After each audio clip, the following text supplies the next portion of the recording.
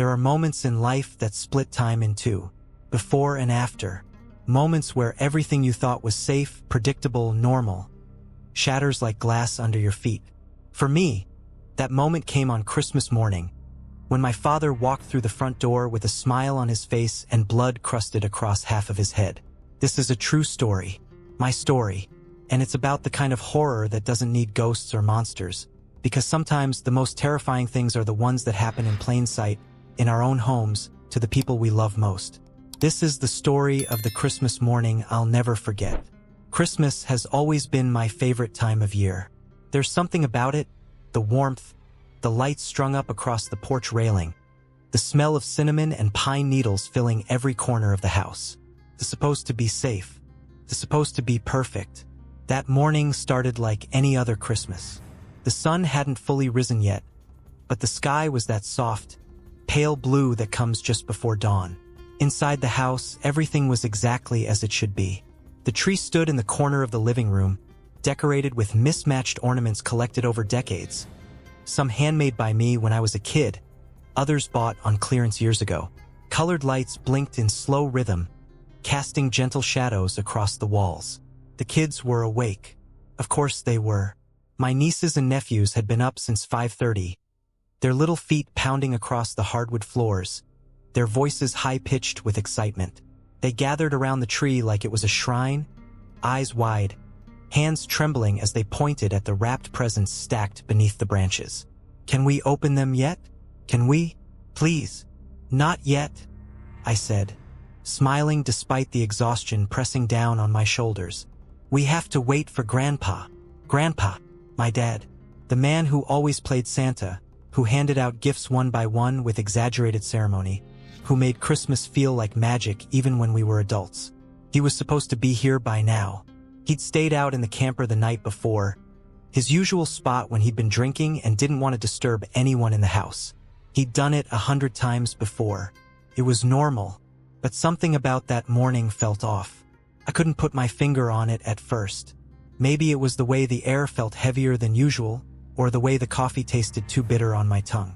Maybe it was the lingering fog in my own head from the night before, the dull ache behind my eyes reminding me that we'd stayed up far too late, drinking far too much. I stood by the window, looking out toward the driveway where the camper sat. It was an old fifth wheel, white with faded blue stripes, parked permanently beside the garage. My dad loved that camper. It was his sanctuary, his escape. I wondered if he was awake yet. I wondered if his head hurt as much as mine did. Little did I know what was waiting on the other side of that front door. Let me take you back. Back to Christmas Eve. Back to the camper. It was cold that night. Not just chilly, cold in that bone-deep, unforgiving way that only December can deliver. The kind of cold that makes your breath fog in thick clouds, that makes your fingers ache even inside your gloves.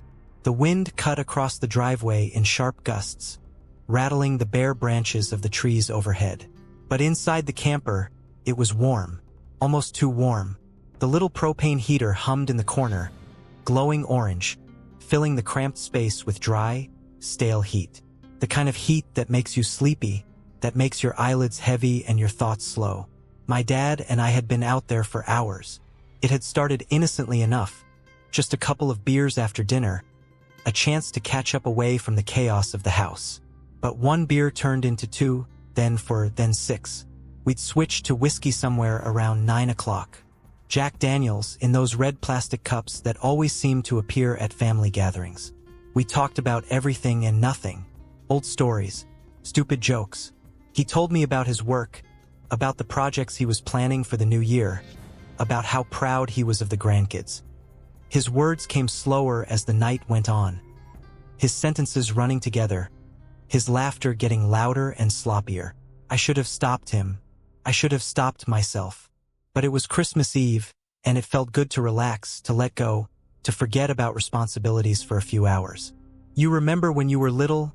he said, his words slurring slightly. "And you tried to stay up all night to catch Santa?" I laughed. "Yeah, I made it to, 10 o'clock? 9:30, he corrected, grinning. "You were out cold on the couch. I had to carry you to bed." The memory was warm, comfortable, safe. But things were about to take a terrifying turn. By midnight, my dad was very, very drunk.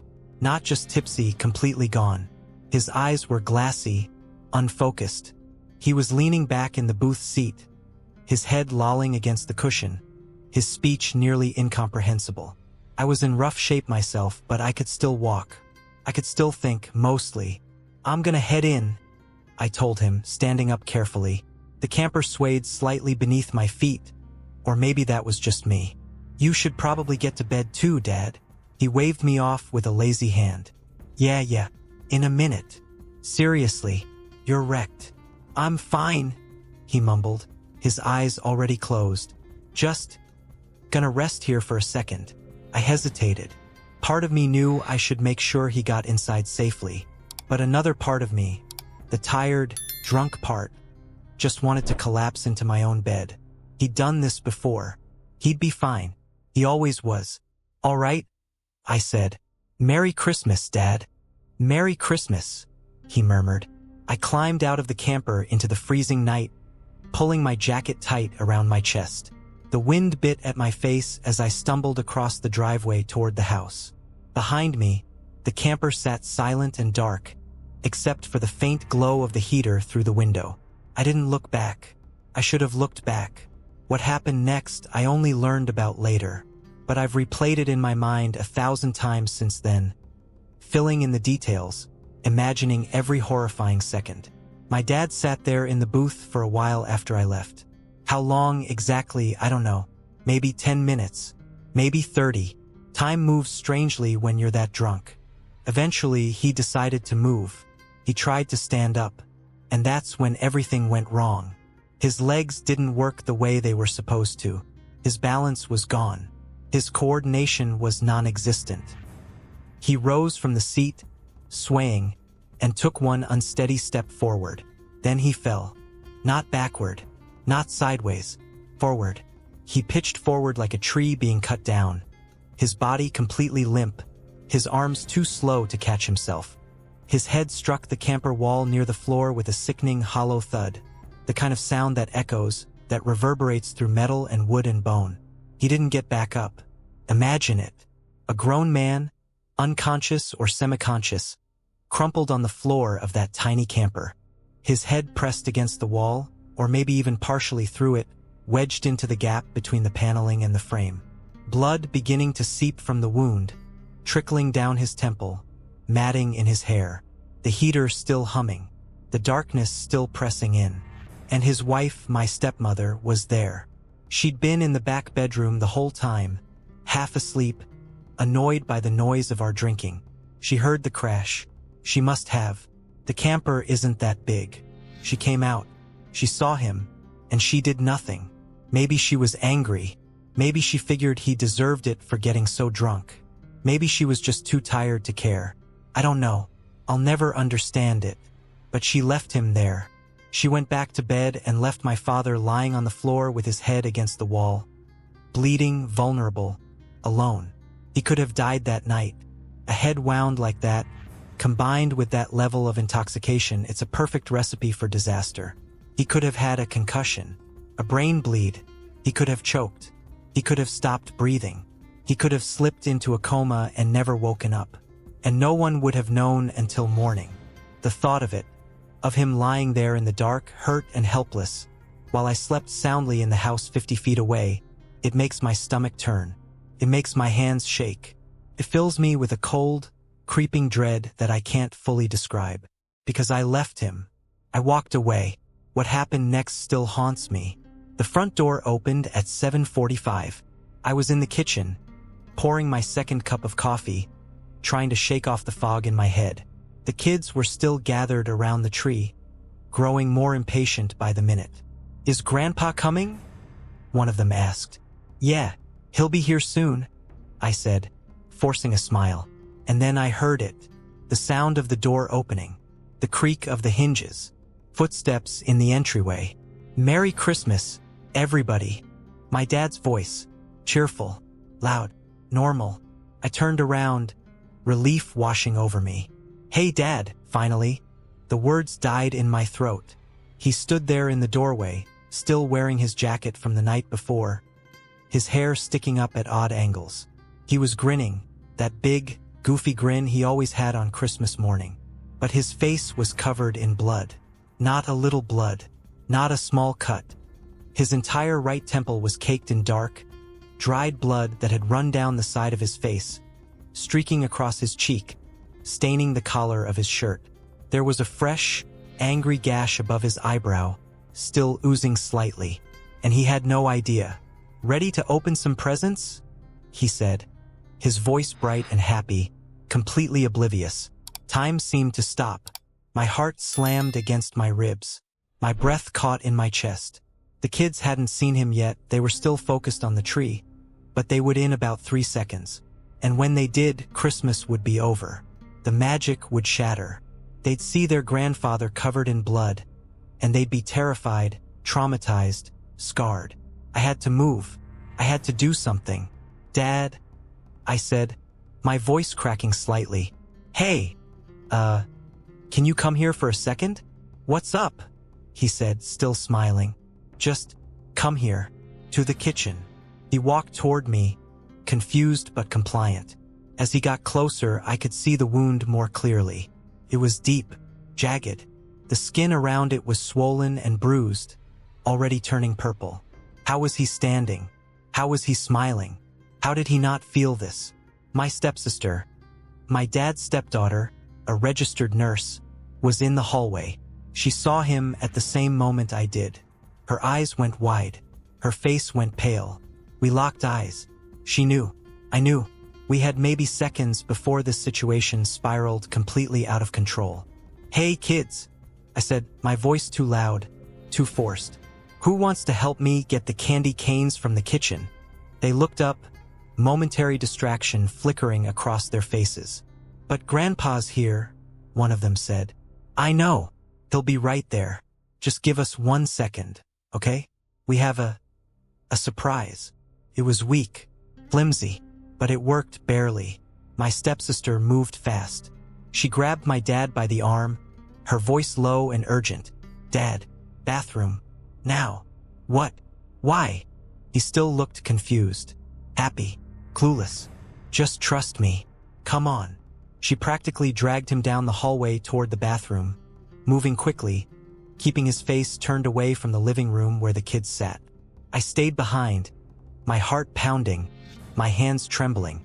I grabbed a bag of candy canes from the counter and walked back into the living room, planting myself between the kids and the hallway.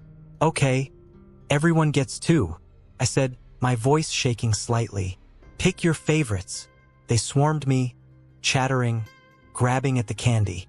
I forced myself to smile, forced myself to breathe. But inside, I was falling apart. In the bathroom, my stepsister closed the door and locked it. She turned to our dad, her nurse instincts kicking in immediately. "Sit down," she said, pointing to the closed toilet lid. "What's going on?" he asked, finally starting to sound concerned. She grabbed his face gently, tilting his head to the side, examining the wound. Her expression hardened. "Dad, you're bleeding." "What?" "You have a huge gash on your head." "What the hell happened?"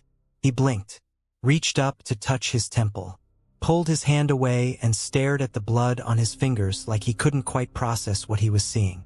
I don't know," he said slowly. She grabbed a washcloth, ran it under warm water, and began carefully cleaning the dried blood from his face. He winced. "When did this happen?" I don't remember." Panic flickered across her face. Memory loss. That wasn't good. "Do you remember last night?" she asked. "I was in the camper, drinking. And then what?" He frowned, thinking hard. I tried to stand up. And then, nothing. Blank. She cleaned the wound as best she could, her hands steady despite the fear I knew she must have been feeling. The gash was deep enough that it probably should have had stitches, but it had already started to clot. "Too late now. You need to go to the hospital," she said. "No, not on Christmas." "Dad, I'm fine. I feel fine." "You're not fine. You could have a concussion. You could have a skull fracture. You could." "I'm fine."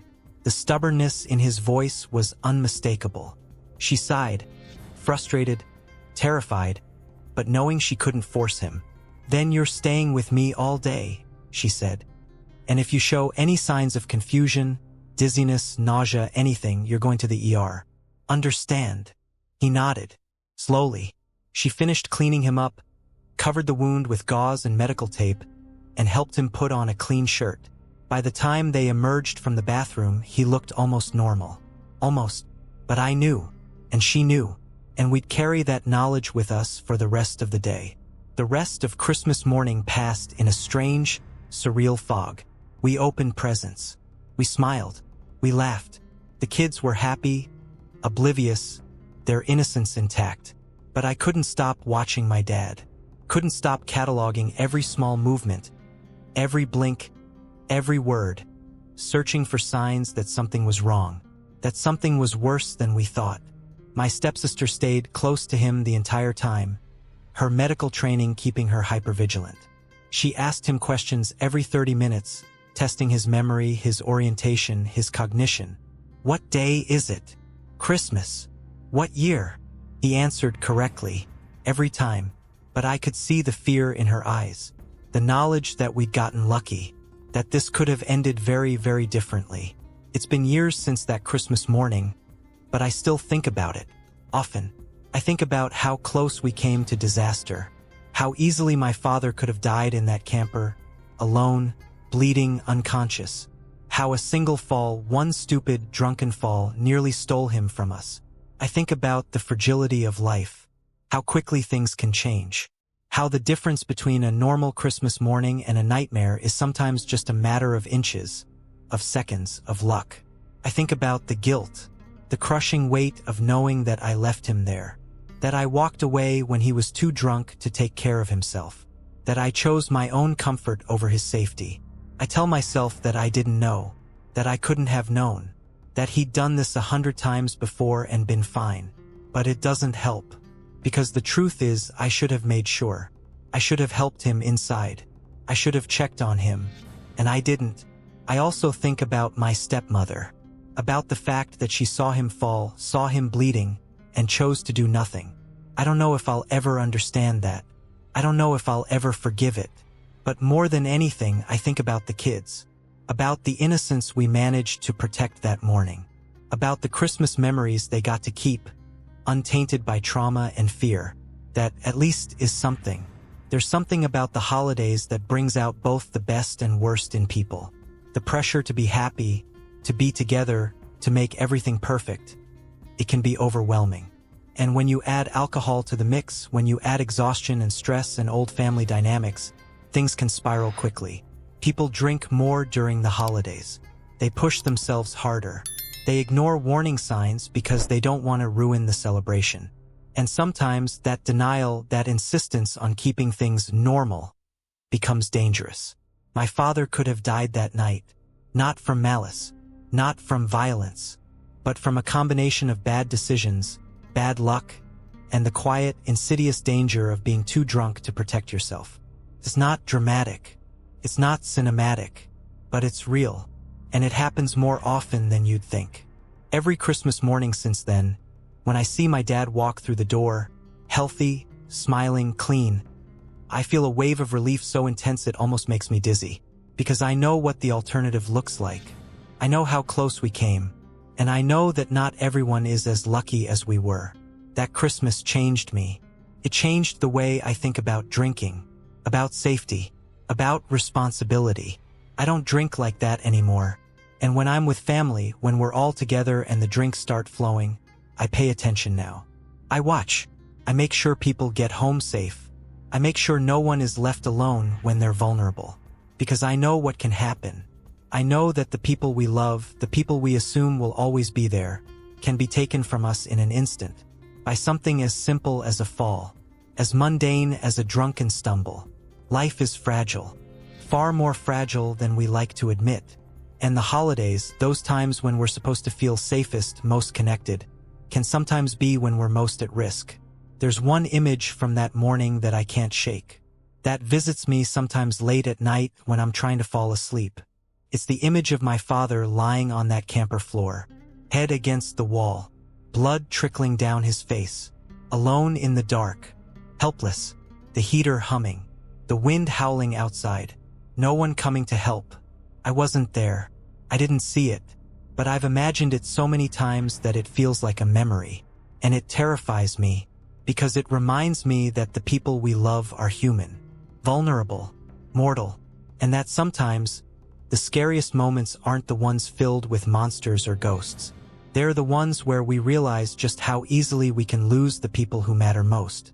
If you're listening to this during the holiday season, I want you to take something away from this story. Be safe this Christmas. Alcohol, exhaustion, and holiday stress can turn dangerous in an instant. Watch out for the people you love. Don't assume they'll be okay. Don't leave them alone when they're vulnerable. Don't let pride or stubbornness stop you from getting help when something's wrong. And if you're drinking, please know your limits. Take care of yourself. Let someone know where you are. Don't put yourself in a situation where one bad decision, one unlucky moment, can cost you everything. Because the holidays are supposed to be about love, about family, about being together, not about tragedy, not about loss, not about the things we can never take back. Take care of yourselves, and take care of the people you love. Thank you for listening.